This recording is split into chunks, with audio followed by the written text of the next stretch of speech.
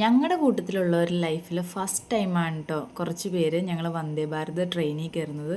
ഭയങ്കര എക്സൈറ്റ്മെൻ്റ് ആയിരുന്നു കേട്ടോ. എക്സൈറ്റ്മെൻറ്റ് പോലെ തന്നെ എനിക്ക് ആദ്യം കയറാനായിട്ട് പറ്റി. പക്ഷേ എൻ്റെ സ്റ്റോറേജ് ഫുള്ളായതുകൊണ്ട് എനിക്ക് ഫസ്റ്റ് വീഡിയോ എടുക്കാനായിട്ട് പറ്റിയില്ല കേട്ടോ. അത് കഴിഞ്ഞപ്പോഴത്തേക്കും ഞങ്ങൾ സീറ്റൊക്കെ അറേഞ്ച് ചെയ്ത് എല്ലാവരും ഇരുന്നു കേട്ടോ. ഞങ്ങൾക്ക് ഭയങ്കര സന്തോഷമായി, ഭയങ്കര ഹാപ്പി ആയിരുന്നു കേട്ടോ. ഞങ്ങൾ ട്രെയിനിൽ കയറി അപ്പം തന്നെ കിടന്നുറങ്ങണം എന്ന് വിചാരിച്ചുകൊണ്ടാണ് എല്ലാവരും ട്രെയിനിൽ കയറിയത്.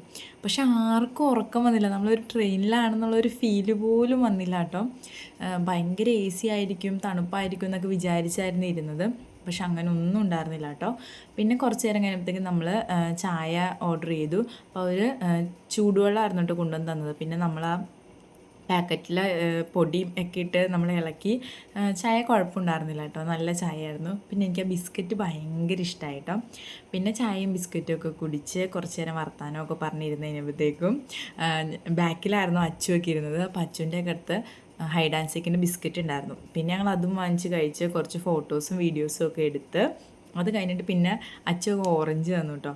അതും കഴിച്ച് കഴിഞ്ഞിട്ട് കുറച്ച് നേരം ഇരുന്ന് കഴിഞ്ഞപ്പോഴത്തേക്കും നമ്മൾ എറണാകുളത്ത് എത്തി. പിന്നെ നേരെ ട്രെയിനിൽ നിന്ന് നമ്മൾ ഇറങ്ങി വീട്ടിൽ പോയി.